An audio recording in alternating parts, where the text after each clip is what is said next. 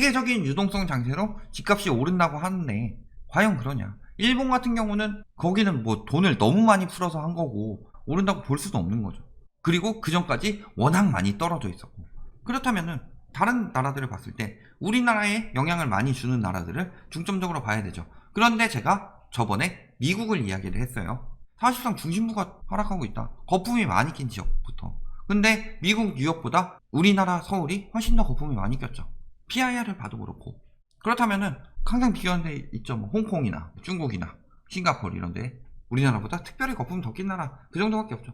그런데 중국이 떨어지고 있다. 8월 부동산 투자는 12% 급증했다. 16개월 내 최대라고 하면서 9월에 막 이렇게 이야기했죠. 우리나라의 기사죠. 우리나라 거 아니면은 거품이라고 순순히 인정해주죠. 기사들이. 매매 거래량 엄청나게 늘었다. 9월에 이런 얘기들 막 나오기 시작했죠. 그러면서 16개월 만에 가장 높은 증가세를 보였다. 9월에. 그래서 거품 엄청나게 쌓였죠. 일선 도시 부동산. 우리나라보다 중국은 더 심해요. 우리나라 뭐 현금 부자 많다 하는데 중국은 우리나라 인구만큼이 현금 부자예요. 현금 부자 정도가 아니죠. 그러니까 일선 도시 부동산 엄청나게 올랐죠. 2선 전국 상하이 종합지수 하면서 부동산 거품이 국지적으로 거품이 많이 꼈다. 신축주택, 선전이나 상하이 이런 데가 많이 올랐다. 가계 자산 중 부동산 비중 중국, 우리나라랑 비슷하다. 미국은 아니었는데 우리나라는 미국보다 부동산 비중이 높으니까 괜찮을 거다. 그렇게 두지 않을 거다. 근데 중국도 떨어지고 있다.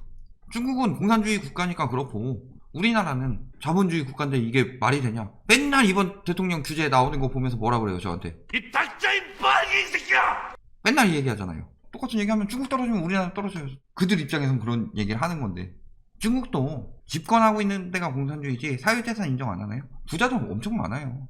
우리나라보다 더 심하죠. 투기 더 심했죠. 최대 부동산 중앙기업이 휘청되면서 뭐하고 있어요. 바울이 부동산도 기업이 아예 여긴 부동산까지 다 하고 있다. 중국에는 관시문화라고 해가지고 커넥트 되는 애들만 엄청나게 띄워주잖아요. 그러니까 부동산도 엄청나게 띄워주고서 먹는 거죠. 삼성이랑 비교될 정도로 했다. 근데 상품 판매액 증가율이 쭉 떨어지고 있죠. 경제위기가 왔으니까. 우리나라만 특이한 거죠. 영업수익 경제위기가 왔으니까. 집 안 팔리니까 뭐하고 있어요. 금구 은십이라고 해서 그 전에 중국 부동산의 전통 성수기는 9월이 최고고 10월이 그 다음이다. 9월이 금이고 10월이 은이다. 이 얘기하고 있는 거잖아요. 그런데 뭐하고 있어요? 작년 10월이죠. 집 사면 BMW 드립니다. 이런 마케팅 들어갔죠. 최대 40% 할인 들어가고 있다. 작년도. 왜? 작년부터 미중 무역전쟁 터졌으니까 우리나라도 영향 크다 하는데 제일 영향 많이 받는 나라는 미국하고 중국이잖아요. 그 중에서 중국이잖아요. 중국은 세계로부터 왕따 당하고 있는데 이기주의가 심해서. 그래서 아파트 오피스텔 40% 할인까지 들어가고 BMW 나눠준다 이런 얘기까지 했죠. 근데 기사들 구라치는 건 똑같아요. 소유권 주는 거 아니고 BMW 10년 임대시켜 줍니다. 근데 드립니다. 이런 식으로 마케팅한다. 언론사들이 하는 짓거리가 똑같다. 여기가 무슨 공산주의예요. 부채 증가하면서 할인 판매 늘어나고 있다. 자, 한국판 테슬라 아까 9월에 뭐 엄청나게 한다고 하더니 중국판 테슬라 꿈꾸는 부동산 디벨로퍼 헝다. 여기가 저번 달 기사죠. 부채 증가하면서 주택 할인 판매 들어가고 있다. 우리나라도 마찬가지죠. 무너지게 되면은 마찬가지 현상이 나타날 것이다. 건설사들 너무 많고 사실 건설사들에 대한 규제도 더 강화돼야 되죠. 우리나라 건설사들이 진짜 대단한 게 장기적인 계획을 가지고 주택을 짓죠. 과거랑 다르게 처음부터 주택이 튼튼해요. 3, 40년 후에 그래도 튼튼해요. 안전진단 통과가 안 되죠. 그러니까 지금부터 아예 부실하게 지어놓는다. 지금 하자 엄청나게 많죠. LH도 물론이거니와 아파트에서도 엄청나게 많죠. 그러니까 벌써부터 안전진단 통과의 기준으로 지어준다. 그럼 3, 40년 후에는 당연히 통과하겠죠. 진단 규정이 더 강화돼도. 이 따위로 짓고 있다. 대충 지어도 돈이 되니까. 근데 앞으로 과연 그렇게 될까요? 부동산 가격 하락하기 시작하고 매수심이 떨어지기 시작하면은 미분양도 다시 늘어나게 되죠. 이런 하자주택들 나올까요? 미분양 늘어났을 때? 그럼 누가 거기 믿고 분양 받겠어요? 안 받지. 지금 선분양 안 하고 후분양 한다고 자꾸 얘기하는데 분상제 때문에 후분양하게 되면 지금 다 보고 들어갔는데 대충 지을 수 있겠어요? 건설사들 많이 무너질 거다. 거기다가 이제 법인 가지고 있는 것들 보유세도 많이 때리고 그렇다면 미분양 주택들이 늘어나게 되면은 건설사들은 당연히 자금이 다 안 도는데 처분하기 위해서 할인 분양 하게 될 것이다. 이렇게 되는 거죠. 중국도 그랬듯이 해당 도시 유명 부동산 회사들 한 곳은 10% 인하하기도 했고 현지 업계에서 부동산 가격은 2017년 최고치보다 10% 하락한 수준이다. 교외 지역 신규 주택 가격은 40% 가까이 폭락하고 있다. 중국은 그리고 한번 미분양 되면은 잘 사주지도 않고 특히 분양 받아도 세입자 못 구하고 공실로 들어가면은 실입주가 사기 굉장히 힘들어요. 왜냐면 우리나라는 다 지어놓고 인테리어까지 싹 다 해서 들어가죠. 근데 중국 같은 경우는 인테리어 안 하고 골조 세우고서 딱 건물만 만들어놓고 창문, 샤시, 뭐 문 이런 인테리어 하드가 안 들어가 있어요. 가서 보면. 실 이거 살려면 또 한 몇 달 동안 인테리어 하고 그래야 되는데 쉽겠냐고요. 그런데 돈 놓고 돈 먹기가 된 거죠. 그런 중국 부동산 거품도 터지고 있다. 우리나라도 머지않았다는 거죠. 실로 부동산 대책의 위력. 악명 높은 선전집값 2주 만에 급락했다. 투기 억제 정책 이후 나타나기 시작했다. 중국이야말로 투기가 엄청나게 많이 들어갔죠. 중국이 우리나라보다 투기가 훨씬 더 심하죠. 그러니까 대책 나오니까 투기 수요가 바로 줄어드니까 바로 그렇게 나오는 거죠. 근데 우리나라는 투기 수요에다 실수요까지 겹치니까 대책 나와도 조금 더 버틸 여력이 있는 거고, 그걸 가지고 실수요를 지금 살 때나 하고 자꾸 유도하는 거죠. 중국 경제 상황도 안 좋다. 앞으로 계속 중국도 마찬가지로 떨어질 거다. 경제 상황이 더 안 좋기 때문에. K자 회복 하위 60% 벌어졌죠. 실업자 수 급증하고 있죠. 물가 상승률 급격히 떨어졌죠. 중국도 마찬가지로 식품 가격은 올라가고 있다. 안 좋은 지표들 계속 나오고 있죠. 자, 거기다가 디폴트. 일본에서 탈중국 급가속하고 있죠. 왜? 럼프형이 중국한테 뭐 해주지 마 그러죠. 그 다음에 내부 문서 유출을 발각. 삼성 붙잡아라. 우리나라 기업도 떠나고 있죠. 사실상 우리나라 기업도 중국엔 더 이상 메리트가 없다. 저렴한 노동력 이런 건 있었는데 일단은 기술력 빼돌리죠. 중국 시장이 넓으니까 진출을 했는데 중국 시장 진출하려면은 우리 기업이랑 합작을 하든가 아니면 우리 기업한테 그 저작권을 팔아가지고 우리 기업이 팔도록 한다. 이런 식으로 기업 보호 정책이 너무 강했다. 받아 처먹는 게 많으니까. 정부에서 정경유착이 가장 심한 나라 따지자면 중국이죠. 중국. 우리나라 같으면 터지면 뭐가 터져요? 가계부채가 터진다. 지금 정부 부채 늘어난다고 난리치고 있는데 가계부채 안 터지게 하려고 정부 부채 늘리는 거죠. 중국 같은 경우는 뭐가 터져요? 기업 부채가 터지죠. 일본 같은 경우는 뭐가 터져요? 정부 부채가 터진다. 이게 한중의 삼국의 고질적인 문제죠. 정부 부채는 뭐 때문에? 아베노믹스 때문에. 가계부채는 뭐 때문에? 초이노믹스 때문에. 중국 기업 부채는 원체부터 정경유착이 심해가지고 일단 철도회사 같은 경우는 요거로 운영해봤자 이자도 못 내는데 직계 막 정부에서 빌려줘요. 그러니까 기업 부채는 점점 불어갈 수밖에 없죠.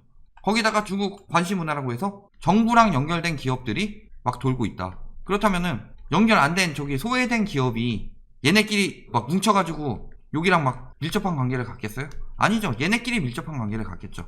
근데 문제는 뭐예요? 하나가 터지면 동시에 무너진다.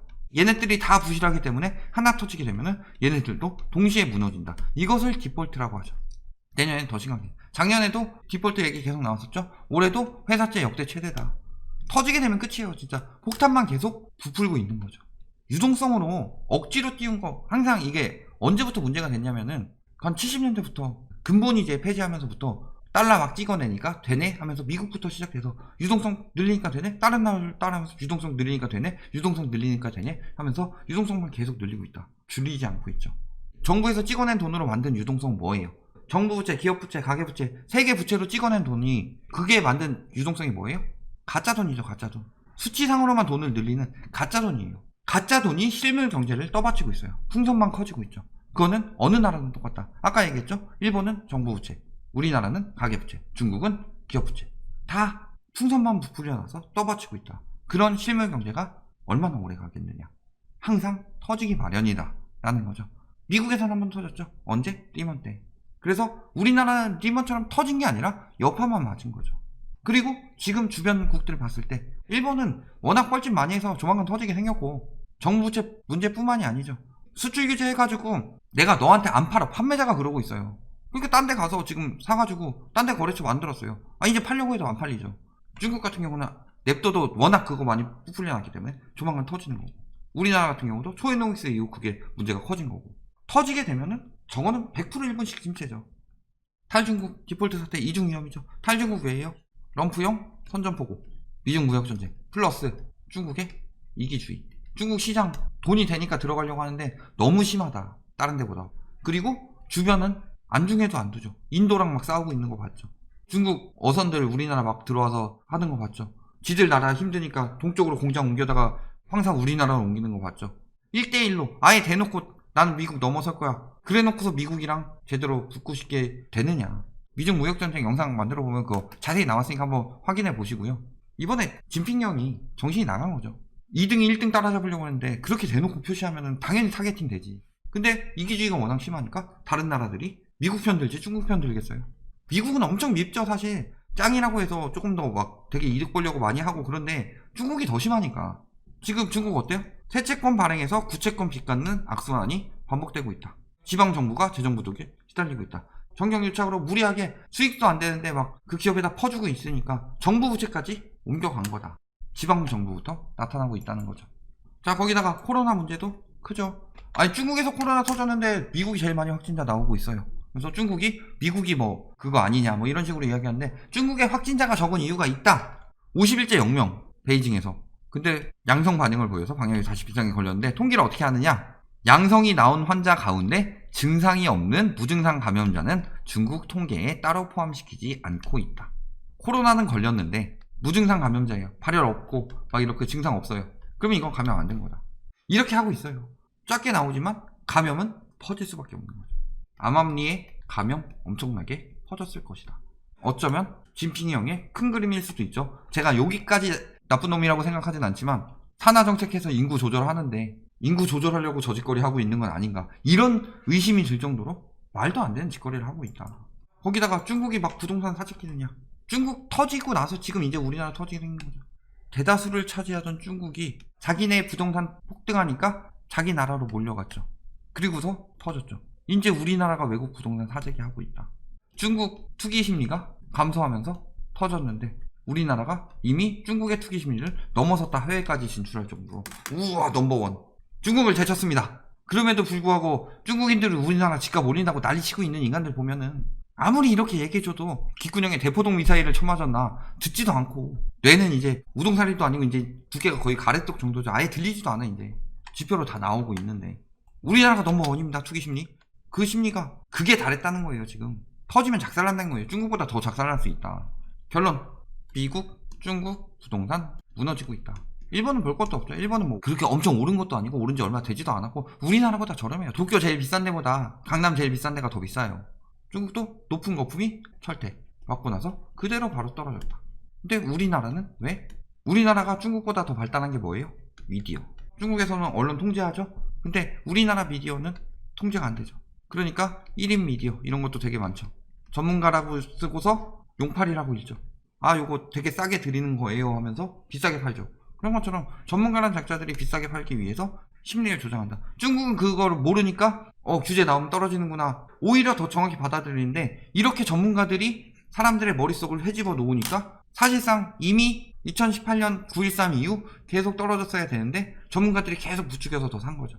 그러니까 더 거품이 높게 쌓이게 된 거고. 아니, 중국이 더 비싼데요. 중국 같은 경우는 어차피 돈 많은 놈들이 샀어요. 지들만의 리가다 지들끼리 터지는 건데 우리나라 같은 경우는 어떻게 되냐. 실수요자들까지 다 끌어와가지고 그 전세자금까지 끌어다가 높이 성을 쌓았는데 그게 터지면 어떻게 돼요? 다 피해가 가는 거죠. 그러니까 더 위험하고 사실상 지금이라도 빨리 빠져나오는 것이 가장 좋은 선택이다. 이렇게 말씀드리겠습니다.